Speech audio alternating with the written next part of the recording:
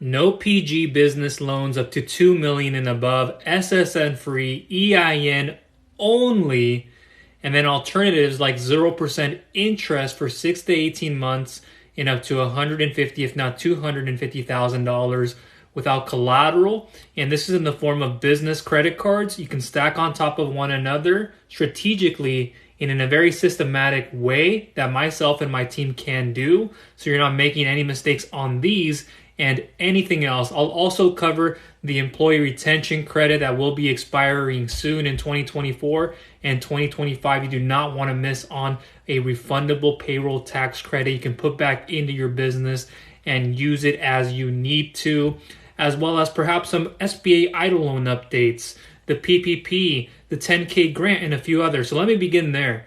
Those are hard to come by in this market. There's a lot of uncertainty with them. And so my question to you is, are you still waiting to get a 10K grant? Are you still waiting to get another EIDL loan increase just to start the application? Are you waiting for your employee retention credit or haven't even gotten started, but you know you have to wait about 16 weeks, 6 to 8 months sometimes just to receive that credit? But what are you doing in the meantime? That's the real question to answer. And so as a funding expert, if I didn't say this, my name is Michael with Viral Funding Solutions. I'm a funding expert who helps out people in many ways. And the three things that I look for and the criteria that I run through with each person and owners are credit, cash flow, collateral. You either have one of these three, two of these three, or all three. And if none of them, we work on business trade credit. And this is going to factor in just a second to no PG funding. That's right, EIN only, no social security number, no PG. And I'm going to be getting into those details right now. So with that said, the no PG business loans, it is extremely difficult to attain. To attain SSN free business loans, EIN only business loans, no document loans of a $50,000 amount. Sure, some of that could work with perhaps some credit unions and some facilities and organizations, you can say, in different ways. But the truth to it is, if you're looking for no PG business loans, it's very difficult, even with a high cash flowing business, profitability, a lot of time in business assets and collateral, put UCC liens on this and then that. And then it's rightfully so that they're asking for a personal guarantee, because you should be held accountable and responsible for that debt in case of the default, or if anything happens where you can't pay that debt back. That's the thing. You knew what you were getting involved with. And just to mitigate those risks, I can get into a lot in a different subject, but just know this. Understand your business plan. Understand the structuring of your business. And I can detail so many little subsets to structuring your business correctly, especially if you're putting a startup business plan together. I sent somebody in an email yesterday. They had questions and they needed help with a startup business plan for grants and other types of funding. And I put it in an email for them on what I know, what I've done, and I've helped out people with, and sent it over to them and what they should be doing and what they could do in the meantime. But no PG business loans, very difficult to achieve. And if they are, they may be out there for that business owner who's accumulated a lot of wealth and time and deposits, average daily bank balances, the credit, the revenue is high. But even then, it's difficult to get a no PG business loan. Now, let's transfer into the no PG business credit side. So there are no PG types of business credit cards in some cases, just depending on the level. Please keep a frame of mind that you may not be in this situation, but somebody else is. So if you're just getting started in the business and maybe you don't have enough aged history, or you do, but you don't have enough high enough limits underneath those personal cards, they're going to get you more equal to that, if not 5 times the amount, but usually equal to that. You're sitting around $500 to about $3,500, $2,500, $5,000 limits on those cards, whether it's one or multiple of them, and you don't have anywhere above $10,000, $20,000.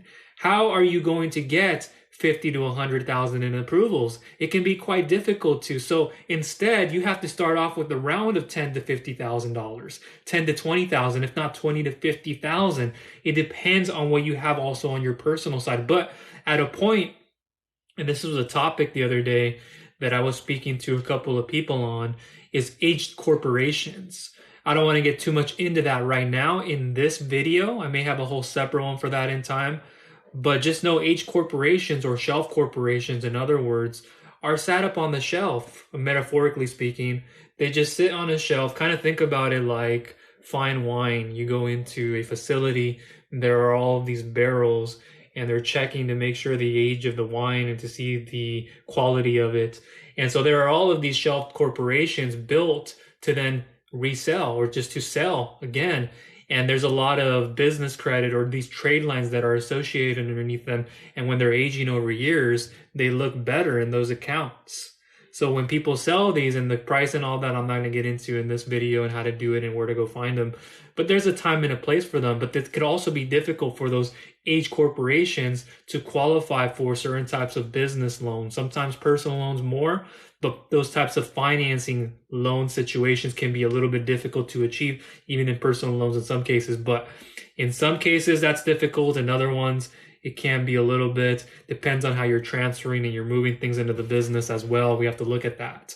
But let's say you were to get an H corporation or a shelf corporation, and it has 3 to 4 years underneath in experience. It's just probably been sitting there. It's been untouched. It doesn't have the financial track record and all of this stuff, but it has the business credit portfolio and profile, Let's try to mix the two words. And so those are together. And then when you purchase that, you have that. There might be some tax returns, there's those trade lines and that type of profile set up, but some of the other things may not be there, and it'll be harder to get approved for certain types of funding. But let's say it does have like 10 to 15, if not 10 to 20 accounts in trade lines, or it has 30 to 50 accounts. That's even better in trade lines. With that said, over time, and as that ages, and there's that history of payment history, and there's all of that stacking up, then you could take that and say, hey, I want to get a no PG business credit card between 50 to 75,000 plus 50 to 100,000. And with those no PGs and some of those points, when you have those accounts built up, I've seen approvals above 100,000. I've seen approvals from 100,000 to 200,000 in that range. I've seen 100 to 250,000. Once you get to that more elite level and you're building that corporate credit, and that corporate credit looks better, you're getting 200 to 250,000 in approvals. So I can spend a lot of time on trade lines, aged accounts, on your business credit, and what you should do. But that's just another way you should know that you can get these no PG type of business credit cards and solutions for you. So that way you're not having to deal with consistently and continuously trying to get a business loan or an advance or another personal loan. Instead, you can weigh heavily on your business credit. And there will be a time where, let's quote unquote say you're coming out of your shell and you're saying, I need to get more funding. So then I need to seek out a business loan of some nature. So I only have 20,000 here, or I have 100,000 in limits. I can't get an increase. I can't get more right now, or it's not going to be as easy to. It's going to take a little bit more time for me to get it. Now I go out there and seek a loan. You could do it the opposite, but this way you're separating your personal from your business. Does that make sense? So I made a video today. I'm not going to jump too much into it. I put some notes here to make sure that I covered that. But this is my next segment that I have here on my document that I put. And what I want to say is that I made a video today on the YouTube channel going over the SSN free business side, which you more or less heard about this and the possibilities and how hard it is really. And you shouldn't be sitting on there. There's a deeper issue if we're focused on getting no PG, SSN free. And I get you're looking at it and saying, I want all of this to fall onto the business, but to some degree, there needs to be a personal guarantee. There needs to be a social security check for creditworthiness, the borrower eligibility, the financial track record, the history of it, the credit score. there's more to it. And I look at these credit scores and I look at these reports a lot of the time. I look at bank statements, excuse me. I look at financials, year-to-date profit and loss, balance sheets, all of these things, myself and my team. And I know how to underwrite, or pre-underwrite, I should say. I know what the underwriters want. I know how to look at it from their lens and determine then what do they actually want in this profile. And then I do that also before I even hand it over to the lender, before I even hand it over to the underwriters, so I have a better understanding. But I made a video today on the funding value ladder, and I spoke very clearly. I showed you guys on screen too, that at the very top, you have what's called the SBA loans. And at the very bottom, you have the startup funding. And in the bottom of that, then you have the incorporation, you have the business structure. Once you get around from the business structure, the business plan and all these things, you have the startup. And then startup, before we get to the next step or in the next step, then you have the personal credit and business credit. See, this is the part a lot of you guys are not taking the time to go through, not even trying to repair it when you should be. And maybe you don't know that. Maybe you haven't looked and you haven't monitored your credit. You've had outstanding things showing on your reports and you didn't think that the payment would show up, or you thought the payment would just go away, and you're just caught by surprise because you didn't know these things. And to a degree, it's not your fault. And so you just have to understand that personal credit can take you only so far. Business credit will take you even further. Now you're not having to rely on just your personal, and there's a lot of reasons for that I'm not going to get into, but separating your business is most important. So when you get to that step, or that intermediary before that next step, it's the personal credit aligning and then getting your business credit. And you can work on the two together and do EIN only, trade credit, vendor credit, fleet credit. How do you get these no PG trucks and carts or whatever they are? It's because you're building all of these accounts. You started with the trade credit, the U-lines, the Grangers. You're working yourself into store credits, retail credits, fleet credit. Once you get to fleet credit, you have a numerous amount of accounts, way over 10, even over 20 on these in a lot of cases you'll see. And once people get to those 30 to 45 and above, and more or less, it changes sometimes, then we can look at getting you those types of vehicles, and even vehicles that you can use with a card, with no PG cards in those cases, not always. It just depends on where you're at. But we can put that vehicle underneath your business name without all of these other credit risks. See how that makes sense? How you're personally liable over here, but if you did it this way, then it's on your business, and how you secured that funding is different. And it all worked in a way where you were just working with it on your EIN. So there's more to this equation, but personal and business, just a step up, you have the personal / startup loans. You have the installment / term loans, otherwise as they're known as. You have the personal lines of credit, personal credit cards, and or business credit cards. And this, in other words, it's credit-based financing. We can do creative credit-based financing and mix a combination of these if we can. If not, there are some programs for fast-track funding, doing some 401k, IRA account. We can look at some of that. Debt reconciliation or debt management. There's a whole bunch of other ones that I've helped out people with. But sometimes you're just so over leveraged because maybe you just had something with the economy, a downturn, or it could be a combination of that and you just didn't know how to handle your finances. And so when people come to me looking for a solution, like I had the other day, I went, they've been in business this long, and I can only imagine the amount of stress they're going through right now with this type of funding. And it's a testament of maybe the economy. It's a testament of also, do they know the fortitude and strength of their finances and their business? Just things happen. I get it. But do you really understand what you're putting yourself through? If it's a medium to high rate, okay, does the benefit exceed the repayment? Did you use the funding correctly? Did you pay it off early so you wouldn't have to worry about added interest? Or you needed that extra time? Okay, great. But you know it's going to double, triple, quadruple, and you're going to get a better return on your investment as opposed to expenses.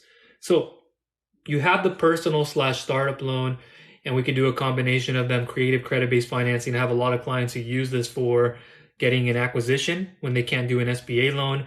There are many other types of ways of doing this for other reasons of funding. Real estate financing is a huge one that people use it for, other types of business funding purposes. And it's essentially free money at 0% we can try to add. And I'm not going to get into all of the credit and requirements and qualifications in this video. I want to cover the funding value ladder and then move on, but it requires good credit on that. And so after that, then you have the revenue-based financing. This is where it's non-collateralized, lower documentation.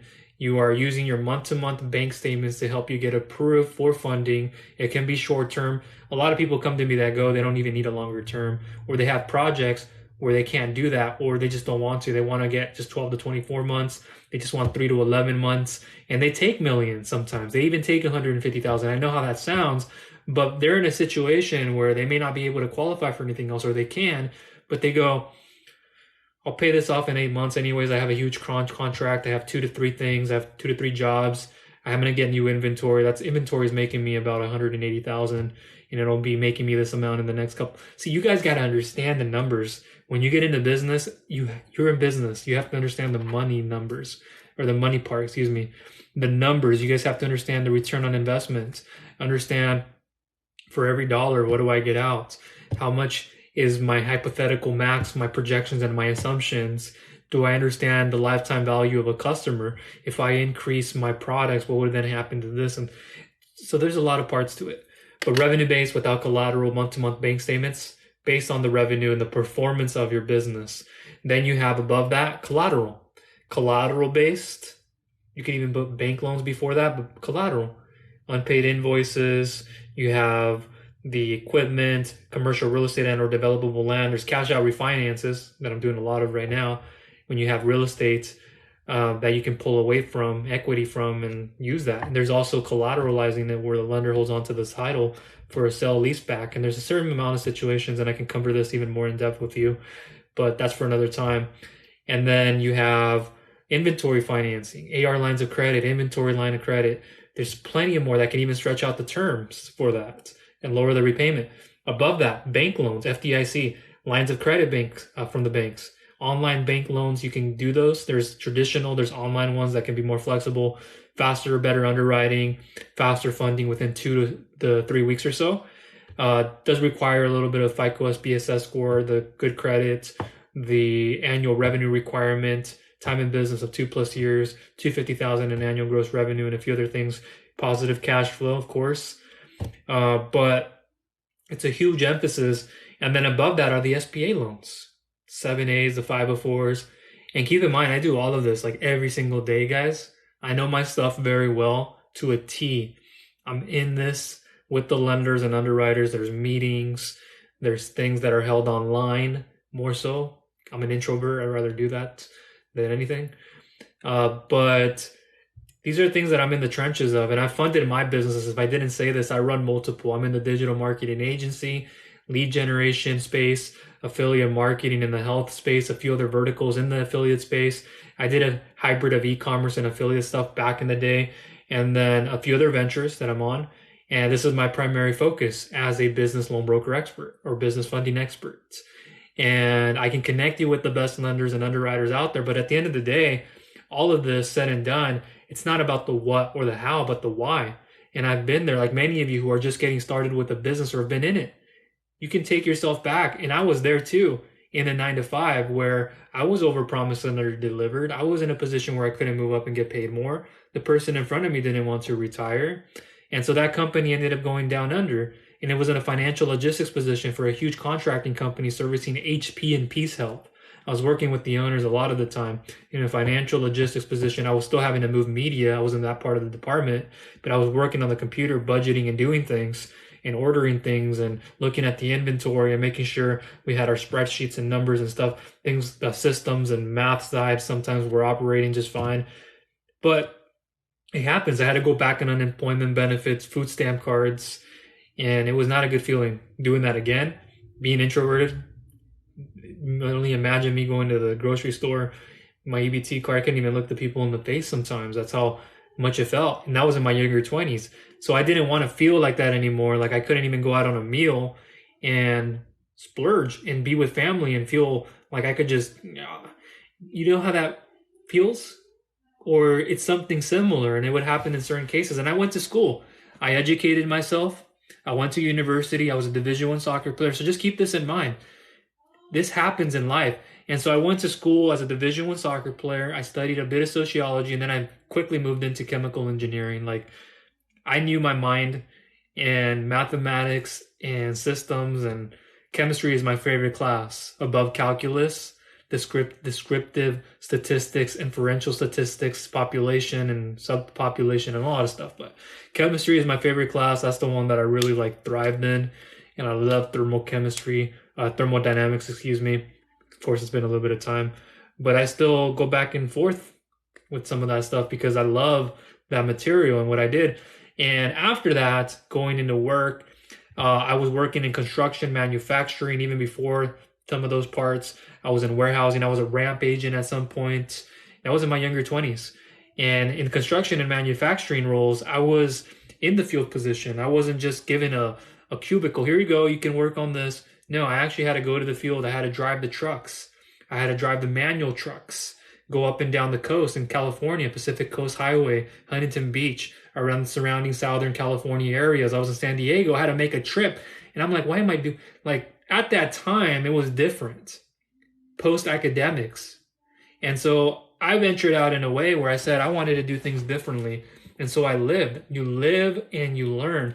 And so I had to make a trip once just to San Diego by myself after work and to make a drop off and then come back. So it was about a 2.5 hour drive just by myself. I had the music on, or I had the podcasts on. I was listening to things, and it was a good solo time. And I had worked in manufacturing. I was in an aerospace company. I was actually working the machine, and this is where my dad was working too. And so all the coworkers, I was in the production field, and I was doing the tooling. And we come from a manufacturing family. My dad is, my mom's, she works in the medical space.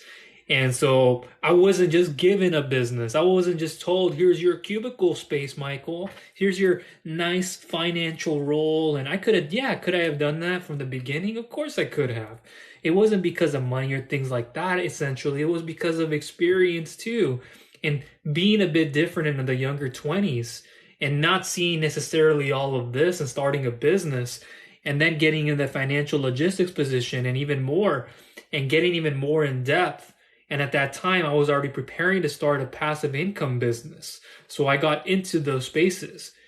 Thank goodness a friend of mine that I hadn't spoken to in some time replied back to my Snapchat social media post on a teriyaki meal that I had the night before. And I'm like, why is Tyson responding back? And so we got in a conversation. And of course, I told him I'm doing good. But on the inside, I was burning in pain and problems. And I just didn't show it. I'm not one to show it. Not because I'm just introverted, but because I'm a man, and just because it's just not my nature to do that. It's just, it was inside of me, and I thought I needed to do something different, and that's when I ventured out. And that's what a lot of you guys are in position of right now. And like many of you, I started my businesses not knowing all this personal and business credit. Heck, I was using my personal credit cards at the time where I just had a low limit of a $500 card, but didn't know what I was getting into so much. And then over time, I got more cards. And eventually, boom, separated that. Started getting my business credit profile together. Boom, maximum limits here. Boom, boom, boom. Trade credit, vendor credit, all of this stuff started to build business credit cards, loans of other types, not just business credit cards. And I really understood how and how not to apply. But the underlying of all of this, and I'm going to end it here, besides the why in me, why viral funding solutions? Because of experience, resilience. There's a huge amount of loyalty. Loyalty to me is everything. It's hard enough for me to be on a video like this. I'm more of a person who likes to write. Introverted. But at the end of all of this, what it comes down to is just understanding that you are in the right hands. Excuse me, you are. I said you were. You are in the right hands, so you don't have to feel like you're falling under the hands of somebody who, or the umbrella, the person overpromising and under-delivering. They bait and switch you. I've made reviews of a lot of these companies, and I've done a lot of stuff where I go in and I say, I wouldn't have done it this way. Knowing what I know now, I would never do that. Other people don't. A lot of people are just very anxious. A lot of people are very just stubborn. I don't want to say that as being mean or aggressive. Don't take my words like that. But it's just the truth. So I think that's where I want to end the video. Hopefully you got a lot of value from this. I'll leave more material down below in the description for you to pick up on. In the bio, there will be information. There will be a questionnaire you can fill out and get in touch. You can fill out your funding details, where then I will evaluate it, analyze it, and give you a proper response back via email. And the truth of the matter is, a lot of you won't qualify, or you won't qualify for what you want. But the real thing is, what will you do then to qualify? What skills, what do I need to know? What knowledge, what actions do I need to take to be able to fix what I need to fix so that I can qualify for what I need to qualify for? Okay, everybody. That is going to conclude everything. Appreciate you all. Like I said, again, all information down below. Don't think I missed anything. And there's much more I could cover in a lot of this, but information down below. If you like this video, please give it a thumbs up, share it with others so you feel, find value from it. It can be a complete stranger, friend, or family member. Excuse me, I know I meant to do it that way. And if you haven't subscribed, please go ahead and do so. And click that bell notification icon so you do not miss any future content I'll be coming out with. I'll be updating you guys on EIDL, PPP, employee retention credit. Then you have pretty much anything else up to date. All right, everybody. Appreciate you all. Take care. Bye.